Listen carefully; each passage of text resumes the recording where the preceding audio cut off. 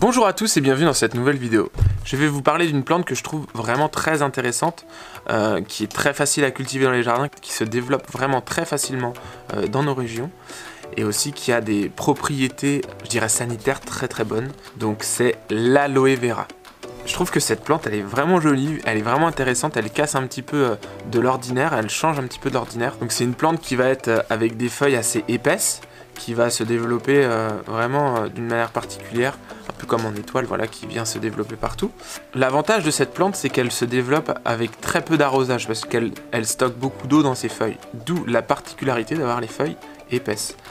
Donc elle stocke de l'eau dedans. Donc l'aloe vera, elle est vraiment pour des sols très pauvres, elle se plante vraiment partout en plein soleil dans les jardins, elle se développe très facilement. Vous pouvez aussi la planter en pot chez vous, c'est pareil, elle a besoin de lumière, elle a besoin aussi un petit peu de chaleur, mais c'est vrai qu'elle tient même chez nous quand il fait 0 degré, il n'y a pas de problème. Donc c'est vrai que à côté de ça, de son aspect esthétique qu'on peut retrouver dans le jardin et de sa facilité à être cultivée, l'aloe vera elle a des très bonnes propriétés, notamment pour soigner beaucoup de choses. Par exemple en utilisation interne, c'est-à-dire tout ce qui peut être dans le corps, elle a des effets hypoglycémiants, c'est-à-dire qu'elle va baisser le taux de glycémie dans le corps. Elle va aussi baisser tout ce qui est taux de lipides dans le corps. Elle peut soigner tout ce qui est troubles gastro-intestinaux, etc.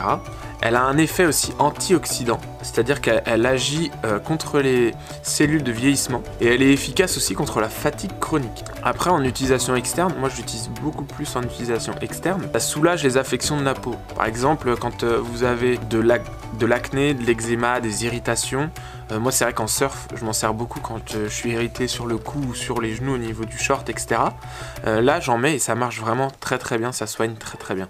C'est pareil, si vous avez une plaie, par exemple vous avez une plaie ouverte, pensez à le désinfecter, il faut toujours que ce soit désinfecté sinon l'aloe vera ne sera pas efficace.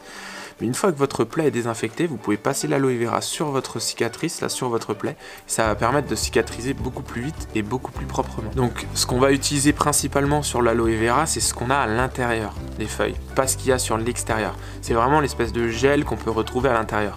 Donc c'est rempli de cellulose, de glucose, etc., enfin de plusieurs molécules. Et donc cette partie-là, c'est vraiment cette partie qu'on va utiliser sur plusieurs formes en fait. On peut l'utiliser sous forme de gel, comme ça on peut l'appliquer directement sur la peau. On peut aussi en extraire le jus, donc éviter de dépasser 50 ml par jour pour ne pas être dans un excès, c'est le maximum qu'on puisse consommer en jus. Et aussi on la retrouve aussi sous forme de gélule. Donc c'est pareil, veillez à ne pas dépasser 2 à 300 mg par jour. Quand vous utilisez l'aloe vera, évitez tout de suite après d'aller en contact direct avec le soleil. Parce que là, vous avez un risque de photosensibilisation.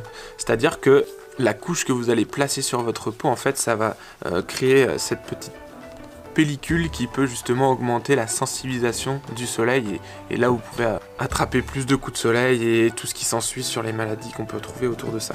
Donc par contre faites attention, tout ce qui est consommation de son latex de cette forme là un petit peu visqueuse ne convient pas aux femmes enceintes par exemple, aux jeunes enfants, toutes les personnes qui souffrent de troubles cardiaques ou rénaux. Donc voilà toutes les utilisations qu'on peut faire sur l'aloe vera qui reste une plante quand même super intéressante. Si vous avez besoin d'autres plantes, je dirais médicinales que je peux présenter, n'hésitez pas à le mettre en commentaire. N'hésitez pas à vous abonner à la chaîne YouTube, mettre un pouce bleu sur la vidéo. Si vous avez besoin de conseils et d'assistance pour votre jardin, n'hésitez pas. Et n'oubliez pas, je suis toujours là pour vous et pour vous aider.